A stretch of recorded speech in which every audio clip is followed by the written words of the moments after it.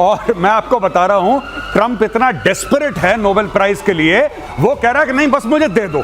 अच्छा, इसको अगर मैं तो कहता हूं कि एक नोबेल प्राइज की कॉपी बना के, खाका बना के इसको पकड़ा दो कि सर आप इसी को मानिए नोबेल प्राइज, ये बिना लिए मानेगा नहीं है। मैं आपको बता, ये बिना लिए मानेगा नहीं। ट्रंप लेकर मानेगा नोबेल प्राइज, चाहे उसको 10 लड़ाइयां शुरू करके सीज फायर करवाना पड़े। ये फालतू में शुरू करेगा, फिर सीज फायर शुरू करेगा, सीज फायर की कोई दे दो, इसको पकड़ते तभी चुप रहेगा। जब 80 साल की उम्र के करीब पहुंच के ये बच्चों वाला हट कि जैसे उसके मुंह में अगर दूध की बोतल डाल दो तो ही चुप होगा, नहीं तो वो रोता रहेगा वाली बात गजब है। अगली खबर देखिए कि सीज फायर को लेकर ईरान के विदेश मंत्री का बयान, हमारी फोर्स आखिरी मिनट तक इजराइल को सजा देगी, सभी ईरानियों के साथ जांबाज सशस्त्र बलों का आभार, ईरान खून की आखिरी बूंद तक लड़ेगा, हमारे सैनिक देश की रक्षा के लिए तैयार, दुश्मन के हमले का आखिरी क्षण तक जवाब दिया जाएगा। खामेनेई ने तो यह भी कह दिया कि हमने जंग जीत ली, हम शिकस्त खाने वाली कौम ही नहीं। बस कहानी खत्म।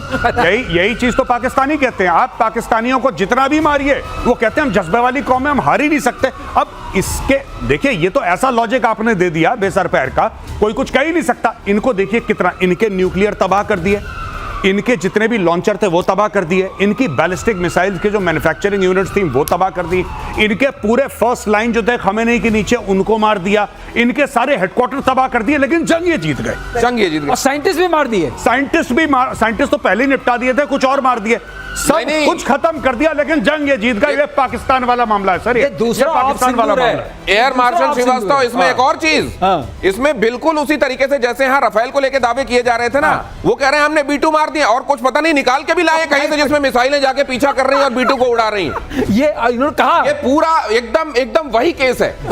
जब ईरान के ऊपर हमला हुआ तो खामेनेई ने डायरेक्टली फोन करा आसिम मुनीर को और बोला, मुन्नू भाई एक बात बताओ, अब क्या करना चाहिए? कह रहा कुछ नहीं, मार पड़ेगी, उसके बाद कपड़े अपने झाड़ना, बोलना मैं जीत गया बस, और ट्विटर पे लग जाना तुम मीम डालने, जीत गया जीत गया जीत गया। कह रहा हमने ऑपरेशन सिंदूर में यही काम करा था, हमने इतनी मार खाई, सुझा दिया मुंह मार मार के मोदी ने, लेकिन हमने बोला कि हम जीत गए, तुम भी यही करो। और सुना है कि उसके बाद ये भी पूछा गया कि ये बताओ वो कैसे छिपाएंगे सैटेलाइट से, वो जो इतने बड़े बड़े छेद हो गए। बोला तिरपाल डाल दो। तिरपाल की टेक्नोलॉजी तो पाकिस्तान के पास है भाई, वो सीक्रेट टेक्नोलॉजी, ये सीक्रेट टेक्नोलॉजी बाहर नहीं जानी चाहिए। पाकिस्तान में कहा गया, खामेनेई ने इजराइल को फिर से दी धमकी, ईरान आत्मसमर्पण करने वाला राष्ट्र नहीं है।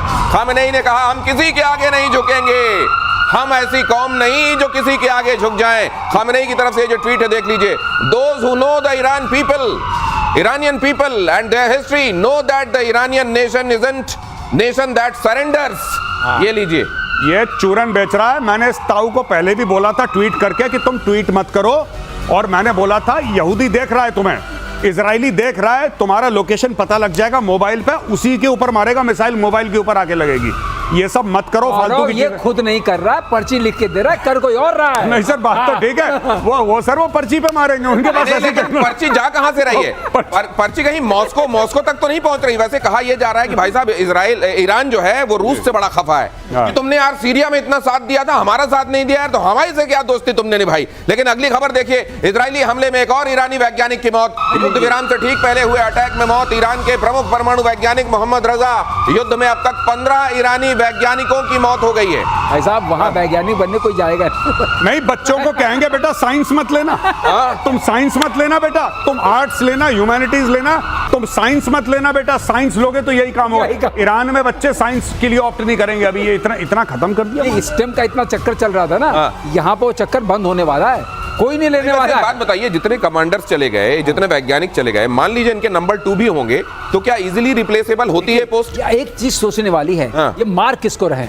IRGC जो इन्होंने लेयर बनाई थी, जो SS टाइप थी, वो पूरे कमांडर वाले, उनके कमांडर्स को मार रहे हैं। जो रेगुलर फोर्स वाले तो बेचारे जिंदा हैं, और मार रहे हैं इनके सीक्रेट साइंटिस्ट को, और जो सीक्रेट पुलिस है। नहीं सर, एक और खबर आई है कि अब तो मोसाद फोन कर रहा है इनको, जो बच गए उनको फोन कर रहा है कि सुन, अब तुरंत निकल, वीडियो बना, दिखा कि तू निकल गया है, और पहले खामेनेई को उल्टा पुल्टा बोल, नहीं तो अगले 24 घंटे में तेरा काम भी हो जाएगा। हाँ, वो मैंने भी वीडियो रिकॉर्डिंग सुनी, वो उसका ऑडियो रिकॉर्डिंग है, वो मोसाद का एजेंट फोन कर रहा है इनके, आई थिंक किसी मंत्री को या जनरल को, किसी को फोन कर रहा है और कह रहा है कि भैया 24 घंटे के अंदर ईरान से निकलो, हमें पता है तुम कहां रहते हो, हम तुम्हें निपटा देंगे, और ये तुम्हें 3 काम करने हैं, निकलने से पहले निकलो, हमें प्रूफ दो, सबूत दो कि तुम निकल गए हो, तब तुम बच पाओगे, निकलो यहां से। अच्छा, वो भी बड़ी सीरियसली बात कर रहा है। अच्छा भैया कैसे निकलना है, ये निकलना है, ये कैसे पूछ रहा है उससे कि कैसे निकलना है, ये भी बता दो हमें। और ये एक बात और देखिए, वो जो एक मैडम हसीना यहाँ पे आई थी और यहाँ के सबकी कुंडली बना के ले गई हैं। आप ये भी देखिए, बड़ा धर्म की बातें करने वाली ये जो कंट्रीज हैं,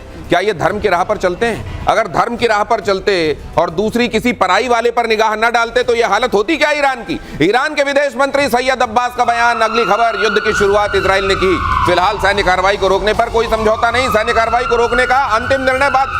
गजब के सुर निकल रहे हैं यहाँ। एक, सीज फायर हमने किया ही नहीं है, दूसरा, हम सीज फायर क्यों, उन्होंने मारा तो वो सीज फायर, वो मारना बंद करेंगे तो सीज फायर हो जाएगा। 7 अक्टूबर किसने किया? हाँ, 7 अक्टूबर किसने किया? वो तो हमास ने किया, हमारा तो कोई लेना देना नहीं है। हिजबुल्लाह ने क्यों रॉकेट मारे? वो हमारा कोई लेना देना नहीं। ड्रोन हुती ने क्यों फेंका? और हमारा कोई लेना देना नहीं। इसीलिए दुनिया ये डर रही थी कि एक दिन ये परमाणु मार के भी यही कहेंगे कि ये तो हुती ने मारा होगा, हिजबुल्लाह ने मारा होगा, हमारा तो कोई लेना देना। इसी बात से डर रही थी दुनिया। मैं कह रहा हूं ट्रंप को नोबेल प्राइज देके टंटा काटो और अपना लड़ाई शुरू करो दोबारा। ऐसे लड़ाई खत्म नहीं करते, जब तक काम खत्म नहीं होता कोई सीज फायर नहीं है। ट्रंप को दे दो, एक सब लोग बुलाओ, खरीद के ले आओ, चौड़ी बाजार से खरीद के ले आओ एक बढ़िया सा नोबेल प्राइज, ट्रंप को पकड़ाओ, कहना भाई साहब ये आपका नोबेल प्राइज है, अब आप बैठो चुपचाप। क्योंकि देखिए 400 किलो एनरिच्ड यूरेनियम गायब है on a serious note. 400 kilo, उससे कितने सारे परमाणु बम बन सकते हैं, वो कहां है किसी को पता नहीं। दुनिया के कौन से कोने में जाके छुपा दिया किसी को नहीं पता। और तीसरी चीज, अगर किसी को लगता है कि खमेनेई और उसकी पूरी टीम को जब तक तख्ता पलट नहीं होगा, जब तक इनको निपटाएंगे नहीं, तब तक अगर ईरान में कोई चीज नॉर्मल हो सकती है और इजराइल खतरे से बाहर है, बहुत बड़ी गलतफहमी है ये बहुत बड़ी गलतफहमी। खमेनेई जब तक है तो ये असल में जो जड़ है, तो अभी ऊपर आपने पेड़ हो सकता है उसकी ट्यूनिंग कर दी गई हो, ट्रिमिंग कर दी गई हो, तो फिर उगेगा। युद्ध विराम पर अमेरिका के राष्ट्रपति का बयान, युद्ध विराम अब प्रभावी हो गया है। लीजिए, ये प्लीज युद्ध विराम का उल्लंघन ना करें। ये प्रकारांतर से, ये वही बात को अलग अलग तरीके से ये बोलते हैं कि हमने युद्ध विराम लागू कर दिया है, फिर ट्रूस ले आएंगे, फिर सीज फायर ले आएंगे, इस तरह के शब्दावली। और साथ में वो जो पार्टीज हैं जिनको लेके दावा कर रहे हैं, उनको धीरे से बोलेंगे, सुनो अब कोई किसी पे हमला नहीं करेगा। और इतने में खबर आएगी कि हमले हो गए। दिनेश प्लीज पर नोट करिए, प्लीज प्लीज प्लीज। हाँ। पहली बार ट्रम्प ने प्लीज कहा था। हाँ। और उससे पहले क्या था? Complete surrender. पहले ऑर्डर था। हाँ। प्लीज पे आ गया, प्लीज पे आ गए। थोड़ी देर में और हाथ जुड़े हुए आएंगे इस टाइप से, और प्लीज मेरे नोबेल का ख्याल रखो यार, ऐसे मत करो। अगली खबर देखिए, कतर ने फिर खोला अपना स्पेस। ईरान और इजराइल में युद्ध विराम के बाद खोला है स्पेस। ईरान ने कतर की राजधानी दोहा में स्थित अमेरिकी बेस पर मिसाइल से हमला किया था, जिसके बाद कतर ने अपना स्पेस बंद कर दिया था। कतर में अमेरिकी सैन्य बेस अब भी हाई अलर्ट पर।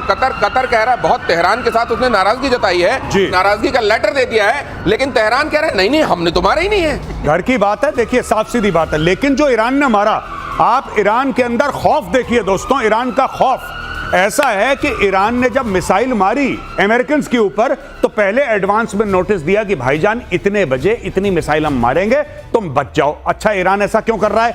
ईरान को अपनी जनता को शांत करना है, और पूरा जो OIC के 57 मुस्लिम कंट्रीज हैं उनको यह बताना है कि यार देखो, अमेरिकन के ऊपर सिर्फ मैं हूं जो अटैक कर सकता है, किसी की और औकात नहीं है। और वहां पे चुपचाप, अरे इनमें हिम्मत होती ना दिनेश भाई, अगर इन लोगों में, ईरानियंस में हिम्मत होती, तो जो पर्शियन गल्फ में इनके एयरक्राफ्ट कैरियर हैं, इनके डिस्ट्रॉयर हैं अमेरिकन नेवी के, उसमें मिसाइल मारते, अरे कुछ तो करते। ये नहीं कर, ये पहले एडवांस में बताते हैं, ये डर गए ईरानी। गौरव, एक बात और है, आपने कहां मारा? आपने कतर में मारा, 1000 दूर है, 1000 किलोमीटर दूर। क्यों नहीं मारा बहरीन में? 5th फ्लीट तो खड़ी है ना, मारो, हिम्मत है तो। क्योंकि वो 10-12 मिनट दूर है।